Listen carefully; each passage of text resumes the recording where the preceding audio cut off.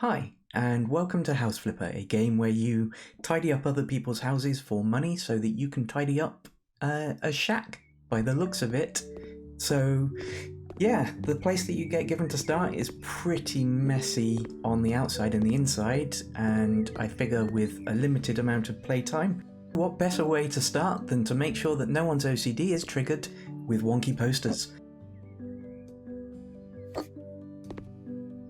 Once that's done, I can start having a look around and clearing up some of the trash that's been left behind, as well as having a look at the desk and the cupboards and the filthy, frankly, bathroom, before realising that there's not much I can do right now, so I should take a job.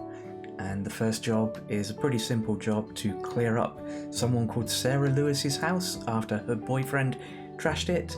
Strange that she said not to get the police involved. We'll have to take her word for it, and we'll go and help Sarah Lewis if that is her real name. First things first, need to make sure the mat is in the correct place. After that, the toolset that you get to start with is pretty limited, so I'm just going to go around and mop up the dirt on the counters and the floor with the same brush to make sure that any food that is prepared gets a nice spicy taste.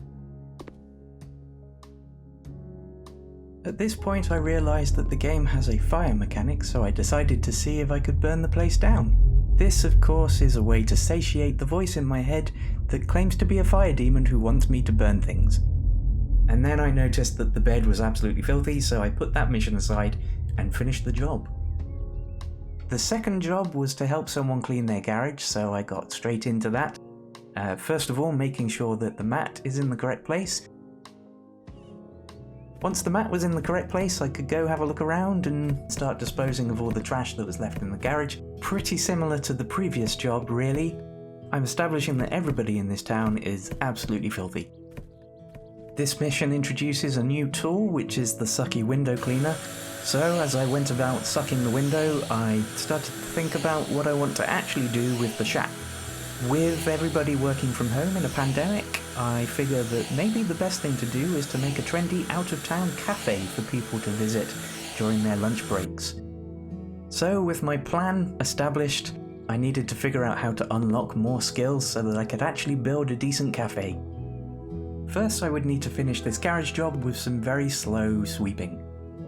It seems that the aim of the game really is to improve the speed of your skills. So you unlock a few new items and then you start getting skill points which actually help boost the speed, as everything to start with is very, very slow.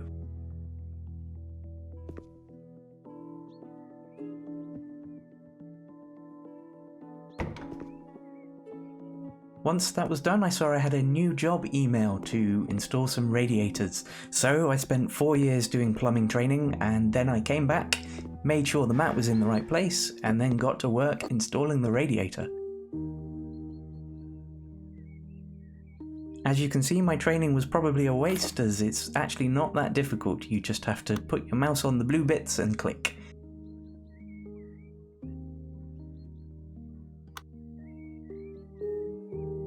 So then I made my way to their bathroom and had a brief moment of panic, wondering if I was going to flood it. But fortunately I didn't, so instead I decided to give them the most garish sink possible as punishment for having a washing machine in a bathroom rather than the kitchen. The process of installing the sink was very much the same as the other things. You just click on the blue and hope that you unlock a point so that you can speed up the process. Whilst I worked on the sink, I had an opportunity to ruminate on what I still needed in order to make my trendy out-of-town cafe. At this point I could pretty much just clean up, install a couple of radiators and buy some things. So what I needed now was the ability to paint, maybe something to clean up the tiles in the bathroom, and also perhaps the ability to expand.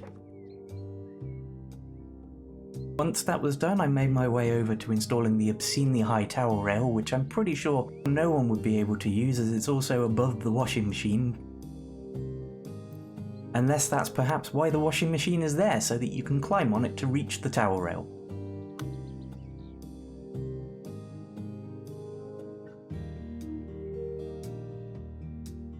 After that, I made my way to my third job. Now with radiators and window cleaning under my belt, it was time to unlock painting and smashing. Obviously, once the mat was in the right place, I could get to work. The first thing I decided to tackle was painting this room a slightly brighter shade of blue. I decided for a room this size that medium is not premium and I needed the large paint bucket. Initially, the paint use is quite wasteful as you end up painting over spots that you've already painted. However, with some points you can unlock the ability to save paint.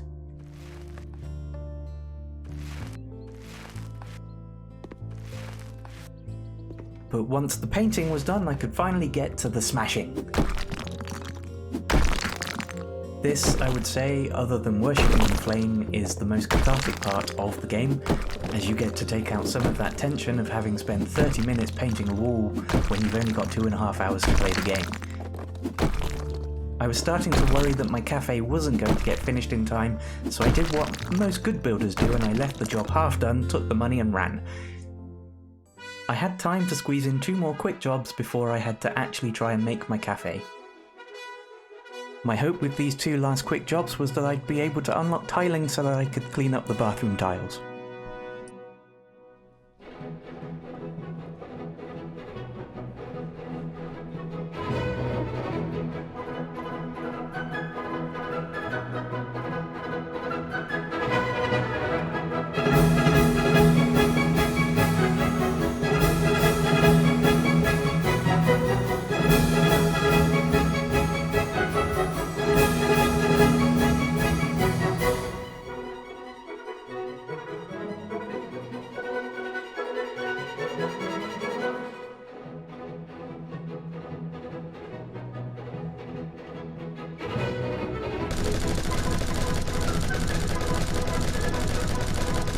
Tango down.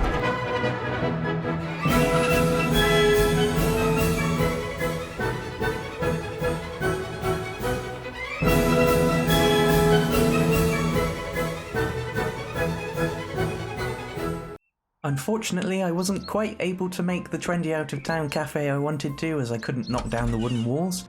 But I made do, and you can see that we have ample seating for 7 people, with trendy bar stool seats for some to sit at the window, as well as the expected and usual unused piping on the ceiling that is typically found in a lot of trendy places, and clear branding, as well as a fridge which contains all of the fresh food and drink, and a whiteboard for the menu which I haven't yet filled in. As well as all the mod cons you would expect, including the coffee machine, the toaster and the microwave, so we are set for pretty much anything people can think to order. There's also plenty of storage and a sign that demands you chill.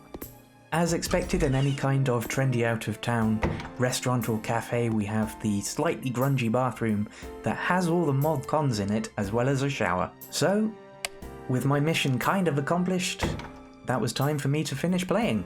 And thank you for watching.